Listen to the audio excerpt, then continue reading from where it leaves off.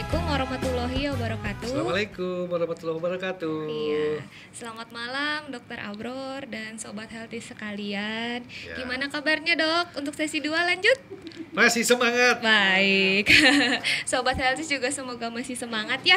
Kita lanjut nih podcast yang kedua. Ya. Temanya itu tentang flu ya dok ya.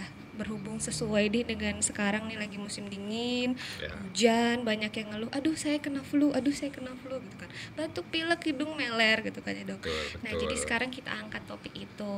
Gimana dok, kita mulai ya? Ya. Baik, jadi dok sebenarnya flu itu gimana sih dok? Apakah semua batuk pilek itu bisa kita bilang flu? Gimana Gitu. dok? Jadi memang ini penyakit sejuta umat. Oke. Biasanya flu itu suatu istilah yang mengatakan bahwa kalau orang panas, pusing, disertai pilek dan batuk, berarti itu kena flu. Oh gitu. Ya memang itu sebenarnya kependekan dari Kependekan. istilah lengkapnya ya. Oke, apa kepanjangannya tuh? Ya, harusnya itu adalah infeksi virus influenza Oh gitu. dengan gejalanya yang A B C D E F. Oke. Nah, cuma kan panjang banget ya. Ya. Jadi orang suka mengatakannya flu. Oke, baik. Jadi batuk pilek flu ya dok ya. Iya. Terus kan nggak selamanya kita batuk pilek tuh flu, apalagi kan sekarang nih lagi zamannya pandemi ya dok ya, COVID. Iya. Apa sih dok yang membedain ini flu biasa atau kadang ada juga yang disebut dengan salesma ya dok ya, yang Iya. hidungnya berair juga batuk juga kan sama gejalanya tuh dok, sama yang sekarang lagi hits nih COVID dok, gimana dok Iya. bedainnya? Jadi ini bukan dibedain istilahnya ya. Tapi bahwa penyakit flu itu bisa diakibatkan oleh berbagai hal. Oke. Yang pertama dari virus. Virusnya aja itu sudah dikenal lebih dari 80 jenis virus Banyak banget ya yang dok? bikin flu. Oke.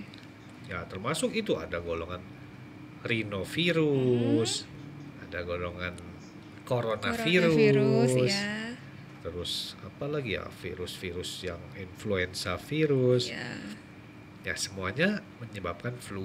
Oke. Nah, sebenarnya umumnya tidak menyebabkan penyakit yang gawat ya. Tapi memang penyakit ini sangat menular.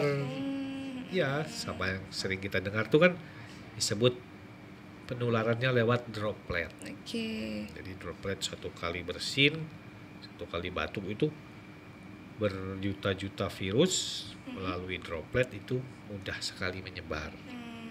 Gitu. Jadi makanya nih kalau kita mau ngomongin orang flu, Oke. sedang batuk pilek, ya itu tidak penting virusnya virus apa. Yang jelas sama aja, dia harus isolasi mandiri. Jangan sampai dia tetap kerja Ya. atau di rumah dia kumpul-kumpul. Oke. Nah, nanti akan serumah bisa flu semua. Iya. Masih untung kalau flu-nya virus yang jinak. Yang ringan gitu ya. Dok? Ya, nah masalahnya kan pada tahun 2019 itu Iya, benar. virus coronanya itu ngeluarin edisi baru. Iya, selalu Edisi- upgrade ya dok ya. Iya, makanya disebut novel coronavirus 2019. Novel itu kan artinya baru. Gitu. Bukan novel yang dibaca itu, bukan. Iya. Oh beda ya dok ya. Iya. Oke, Novel baik. itu new ya. Jadi tadi gimana ngebedainnya? Benar, gimana dok ngebedainnya? Jadi supaya lebih hati-hati gitu dok. Ini kayaknya Iya, iya. batuk biasa nih atau jangan-jangan aku kena COVID gitu. Gimana dok bedainnya? Jadi tidak bisa dibedakan. Susah ya dok. Susah. Nah, jadi kita melihat aja dari data epidemiologi. Nah, misalnya dari musimnya.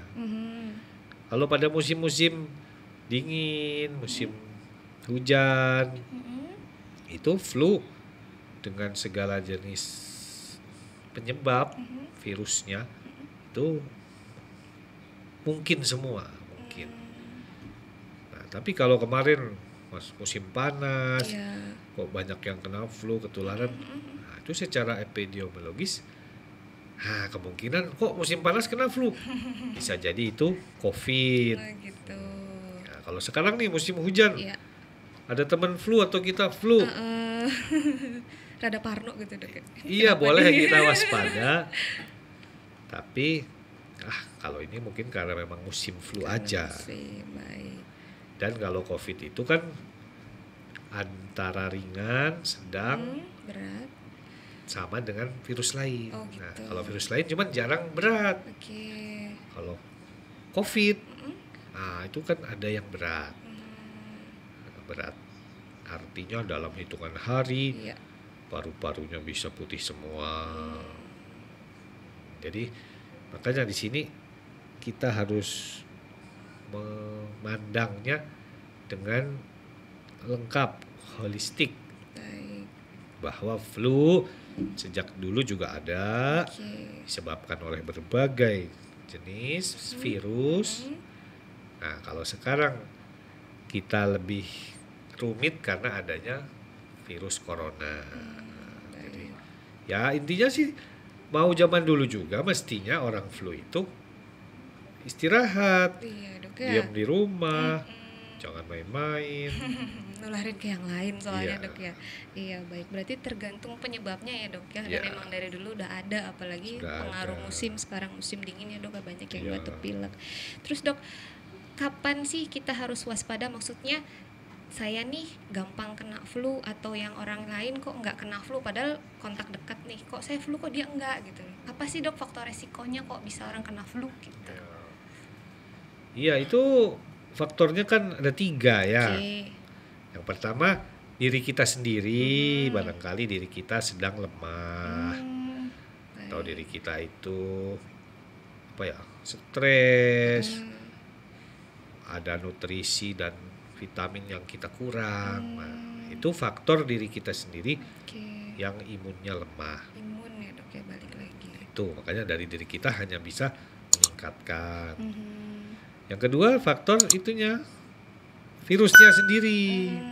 Kalau virusnya yang ganas, yang mudah menular, dan dia menular hanya sedikit juga sudah mampu menembus imun kita.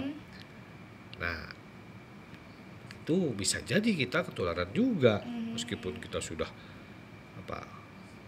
imunnya bagus. Betul. Tuh, nah, yang ketiga memang faktor lingkungan. Oke. Kalau ada virus corona, kitanya lemah, tapi asal kita menjaga jarak, Oh, asal iya, kita baik. lingkungan sirkulasi udaranya bagus, kan nggak akan kena juga. Jadi saat musim seperti ini, tetap kita ingat prinsip-prinsip penularan penyakit. Oke, Ya. baik. Berarti ada 3 ya dok ya faktornya. Terus dok, kalau misalnya kita kena flu nih, tanda gejala yang kita tahu kan paling batuk pilek tuh dok ya. Terus yang kita waspadai lainnya tuh apa dok? Gitu. Ya. Kan nggak semata-mata batuk pilek tuh dok. Ya. Yang bikin kita waspada, ini kayaknya ringan, ini kayaknya waspada nih takut ke arah COVID, gimana tuh dok tandanya? Jadi kalau flu biasa itu dia tidak membahayakan.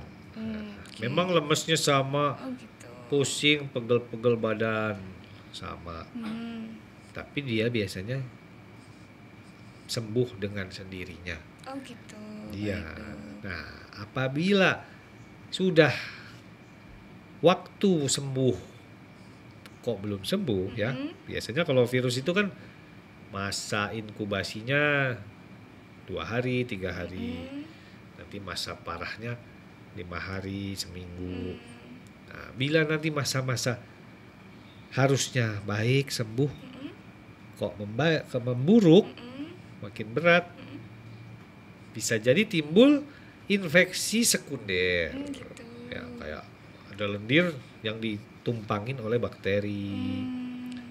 Atau bisa jadi virusnya termasuk virus yang ganas. Ya, diantaranya corona, COVID tadi. Nah, gejalanya apa kalau sudah dia masuk ke paru-paru, mengganggu oksigenasi. Nah, itu gejalanya tuh frekuensi napas cepat. Iya, yang normal kan 20. Oke. Ini bila orang sudah oksigenisasi terganggu, nafasnya lebih cepat.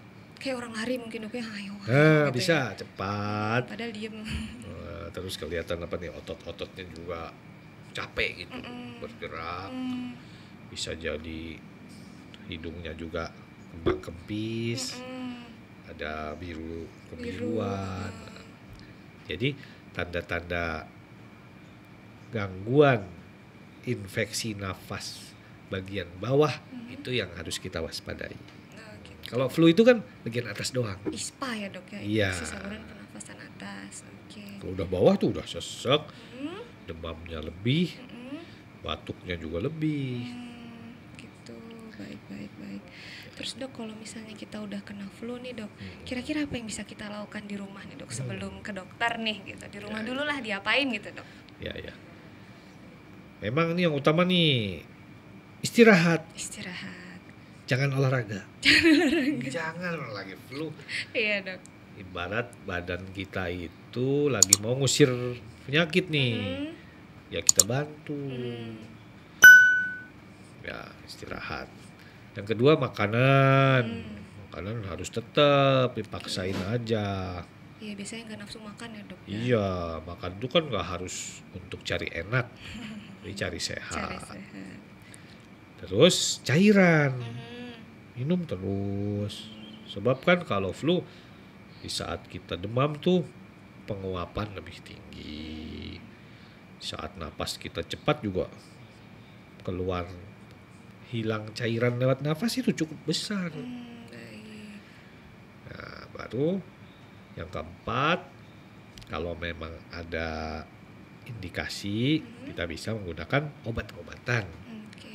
Seperti kalau demam, kita minum obat demam. Itu dengan catatan bila demamnya kita sudah merasa tidak nyaman.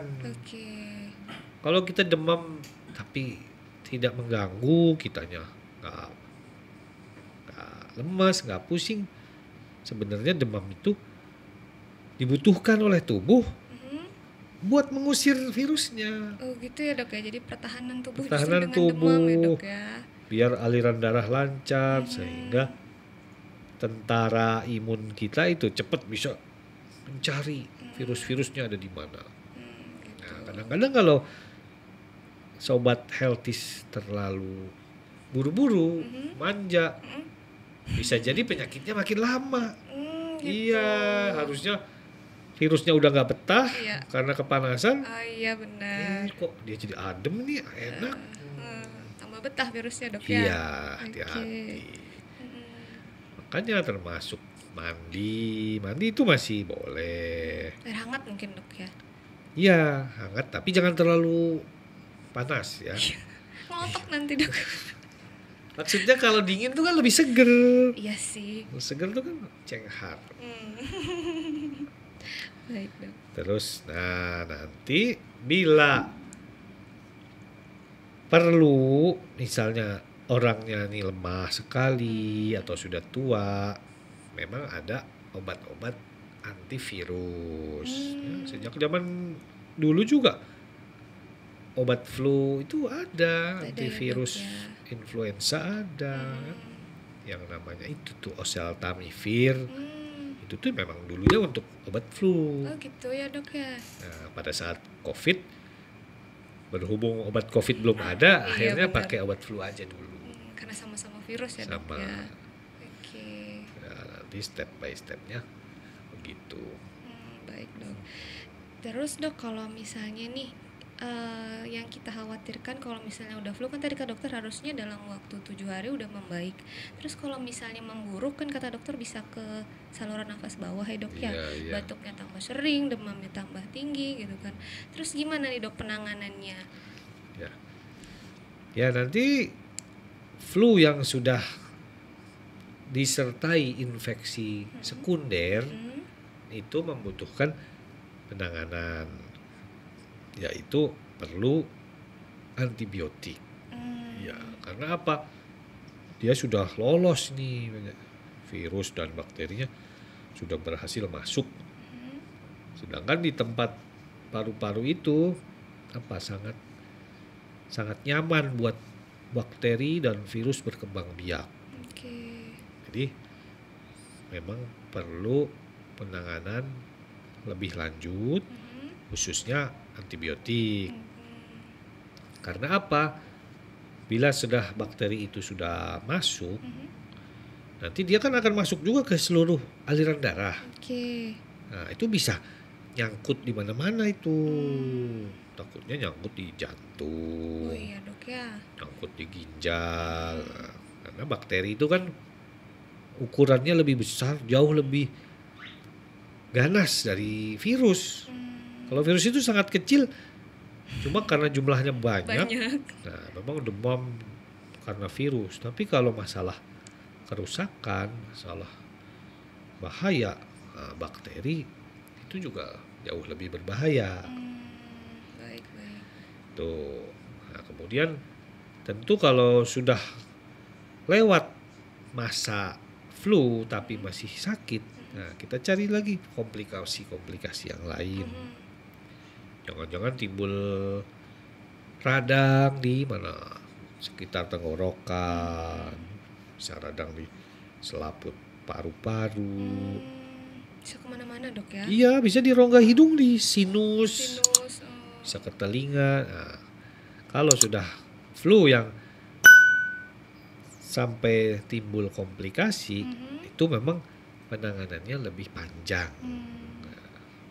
Bisa antibiotik cukup lama karena untuk membersihkan, mencapai tempat-tempat yang kena oleh bakteri tadi itu butuh waktu. Nah, di situ karena bedanya gitu ya, kalau virus itu kayak punya expirednya gitu. Kalau penyakit virus itu seperti COVID juga kan dia 14 hari udah expired. Makanya isolasi mandiri itu kan hanya 14 hari, bahkan bisa lebih cepat. Cuma yang membahayakan, yang bikin lama itu kan infeksi sekunder oleh bakteri. Jadi disitulah kita cerdas dan pengetahuan kita harus jelas bahwa kalau lama, wah udah bukan virus lagi nih, udah bukan flu-nya lagi yang bikin sakit. Bahkan kalau COVID pun positif di awal, tapi kalau sudah 14 hari ya COVID-nya udah gak ada, tinggal bekas-bekasnya. Sisanya aja dok ya. Oke, baik. Ya. Baik, berarti ujung-ujungnya mah tetap kita lihat juga perjalanan penyakitnya ya dok ya. Mungkin awalnya virus tapi lama-kelamaan ditumpangin sama bakteri ya dok ya. Iya betul. Makanya diperlukan antibiotik. Ya. Baik dok. Terus dok, kan sekarang ini lagi musimnya nih dok. Gimana caranya supaya kita tidak terjangkit flu? Iya. Memang kalau namanya sudah musim hujan dingin, ada droplet. Oke. Dropletnya tuh isinya beribu-ribu, berjuta-juta virus. Susah ya dok ya. Mendingan ya kita jaga jarak, mencari tempat yang udaranya bersih. Misalnya kalau di ruangan, di mobil, di bis, cari yang dekat jendela. Sirkulasinya lancar dok ya. Iya, karena supaya virus yang mau nyampe ke kita terbang, ketiup oleh udara bersih. Iya. Terus emang kalau yang susah zaman sekarang itu faktor AC. Oh iya, AC kan harus tertutup ya di dok. Di ruangan ada AC. Sedangkan AC itu ibarat markasnya virus. Udah di situnya lembab, adem. Jadi semua virus dari ruangan itu akan memutar terus lewat AC itu. Jadi emang kita jangan ambil resiko.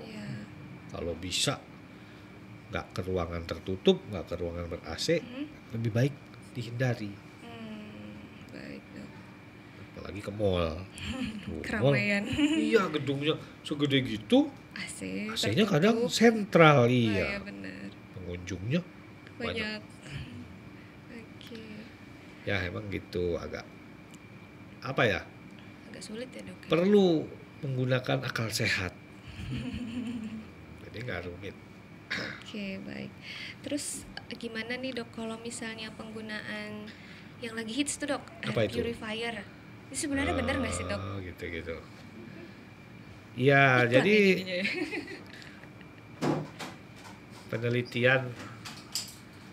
penelitian memang selalu berjalan kan. Mhm.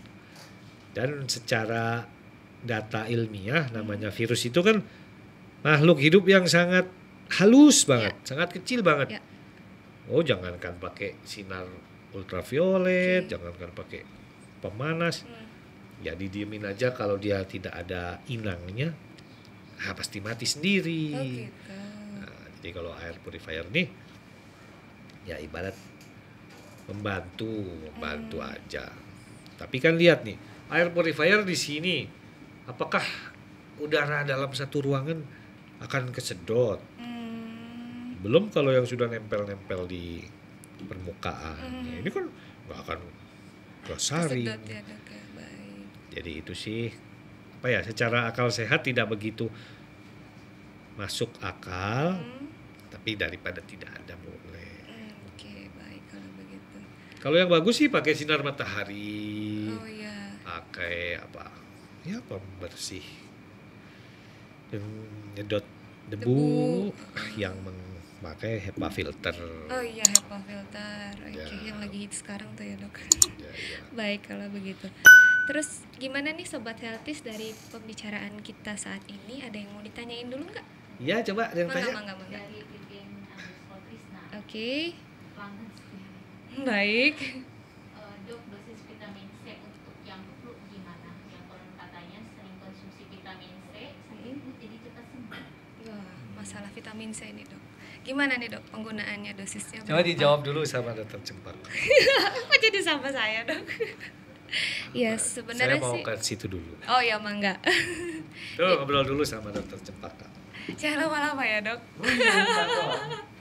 Baik, jadi sebenarnya penggunaan vitamin C itu kalau misalnya dari intake oralnya, maksudnya konsumsi makanannya udah cukup, sebenarnya sih nggak perlu suplementasi vitamin C. Cuman kadang pada kasus-kasus tertentu, misalnya ini sedang sakit, yang kadang-kadang nafsu makannya turun, nggak mau makan karena kan kecenderungannya lidah pahit ya, ya butuh suplementasi vitamin, misalnya kayak vitamin C yang dijual bebas tuh biasanya kan dosisnya 500 mg ya.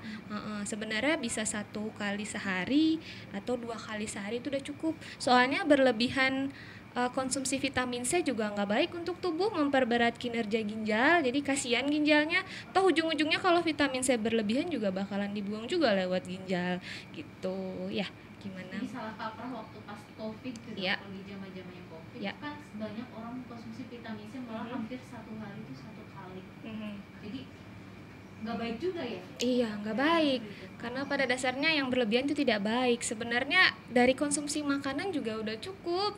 Kalau misalnya makannya benar, nafsu makannya baik. Nah, kalau pas lagi penurunan nafsu makan, oke, mungkin bisa dibantu. Cuman itu pun dosisnya harus dipantau, nggak bisa sembarangan gitu. Karena memperberat kerja ginjal. Ya, baik. Ada lagi pertanyaan berikutnya sambil nunggu narasumber. Kalau ibu hamil, yang cocoknya apa sih dok? Apanya itu? Buat obat flu batuknya.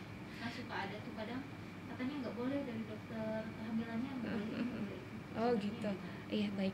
Sebenarnya kalau pada ibu hamil itu memang dibatasi ya obat-obatannya, nggak bisa sembarangan minum obat karena bahaya untuk perkembangan janin, apalagi di trimester pertama sedang pembentukan organ ya, berbahaya, bisa keguguran spontan tiba-tiba. Jadi sebenarnya pengobatannya sih yang ringan-ringan aja, kayak minum air hangat, mandi pakai air hangat, atau bikin ini air jahe supaya hangat, minum madu 1 sendok dicampur sama perasan jeruk nipis tuh juga bisa, atau mentok-mentok ya paling pakainya OBH, obat batuk hitam, iya yang herbal saja gitu. Dan ya kalau memang ternyata gejalanya masih sangat mengganggu ya hubungi ke dokter kandungan setempat, karena kita kan pertimbangannya nggak hanya untuk ibunya tapi untuk janinnya juga. Nggak, ada lagi yang nanya dok. Ya. Berarti dosis idealnya berapa dok untuk vitamin C itu dikonsumsi? Oh gitu, baik.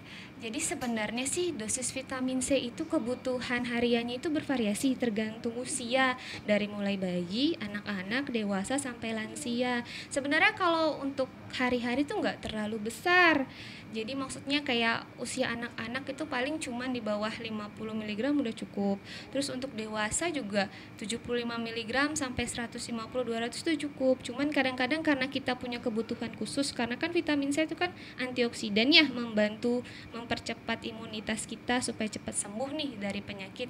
Makanya kita naikin dosisnya jadi 500 atau 1000 mg gitu.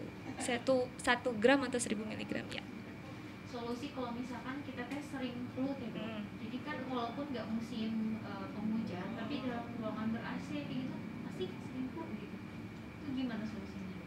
Kalau sering flu karena ruangan ber-AC itu bisa dicek lagi tuh AC-nya kapan terakhir dibersihkan.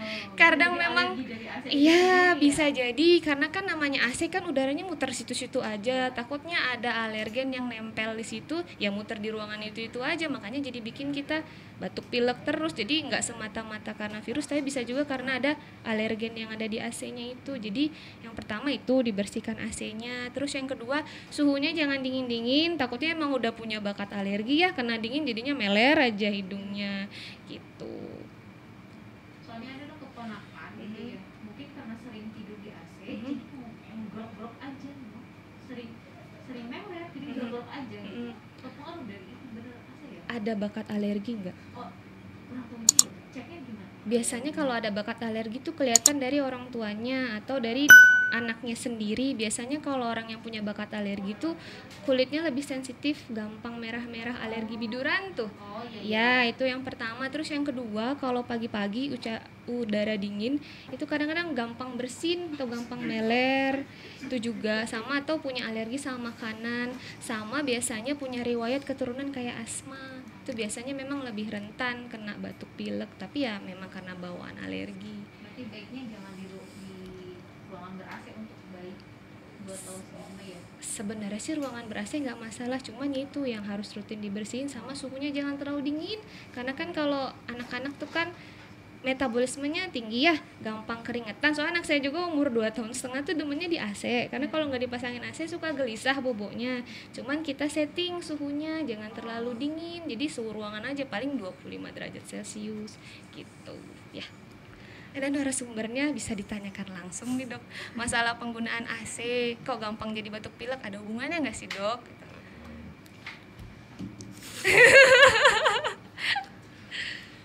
Ya begitu, filternya itu kan jarang diganti.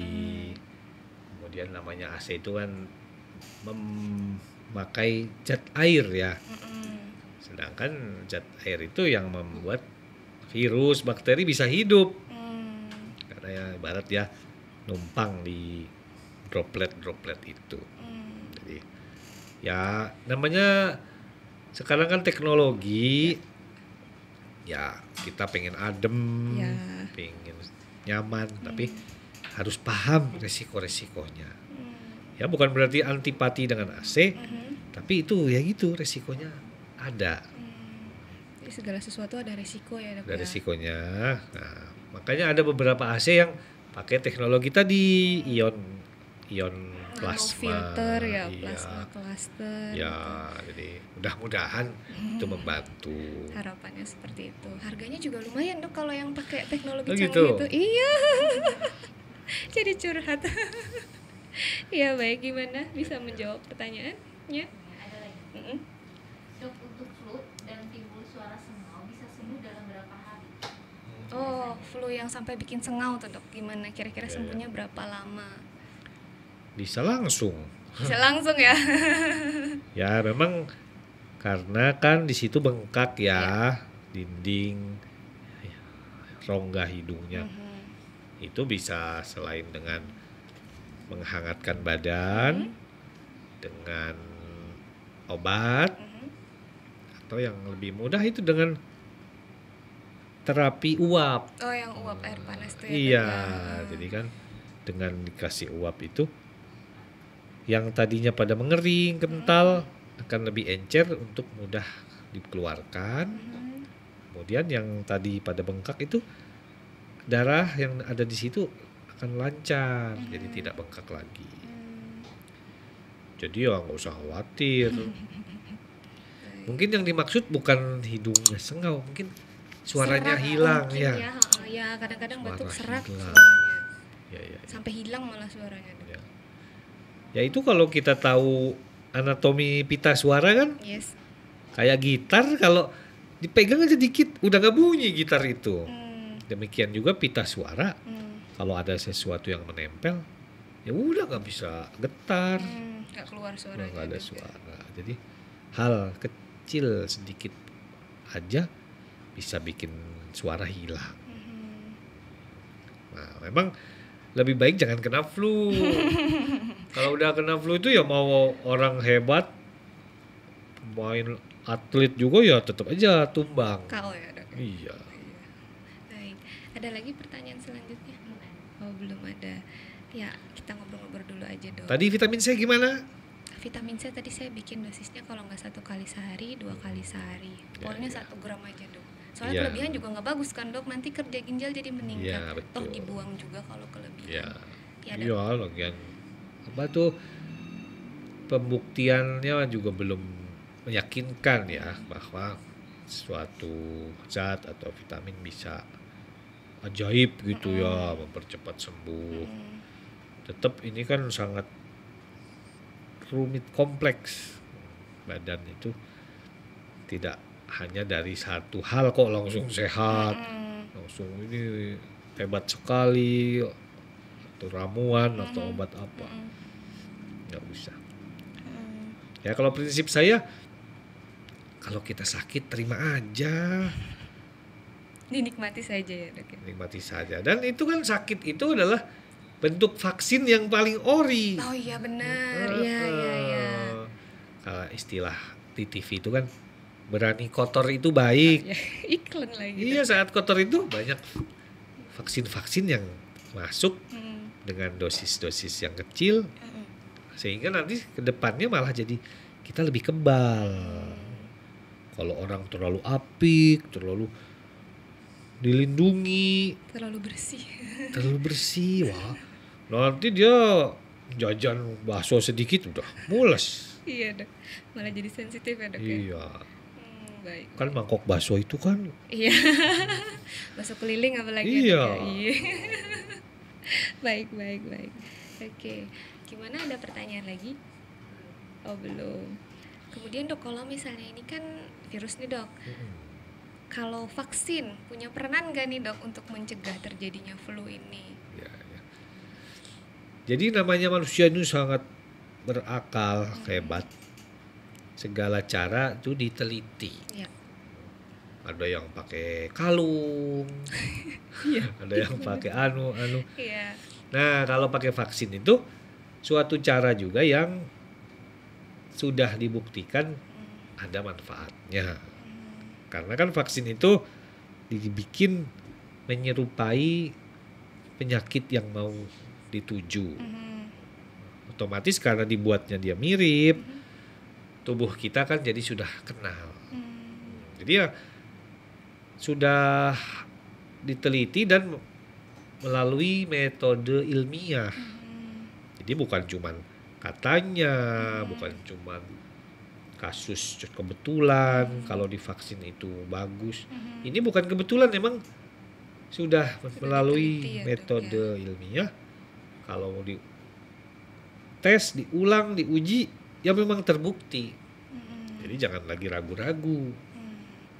Ya. Jadi jangan takut vaksin ya dok ya. Jangan takut. Bahkan kalau saya semakin banyak jenisnya, semakin sering divaksin, semakin bagus. Tubuh kita makin Kenal gitu dok. banyak jurusnya. Iya benar. Ibarat pesilat, segala jurus dia bisa. Ya, jadi udah jangan takut. Cuma kan karena masalahnya vaksin ini terbatas, Iya benar. yang sudah ya udah dulu, atau yang sehat ngalah dulu buat yang tua. Buat yang rentan dok. Iya. Buat yang umum ngalah dulu sama nakes. Nakesnya diutamakan dulu. Iya. Dan golongan rentan ya dok ya. Baik kalau begitu. Gimana nih? Waktu sudah hampir habis. Ada lagi pertanyaan kak? Udah habis Udah, waktunya. Baik. Habis. Topiknya seru ya dok ya. Nggak akan habis nih harusnya.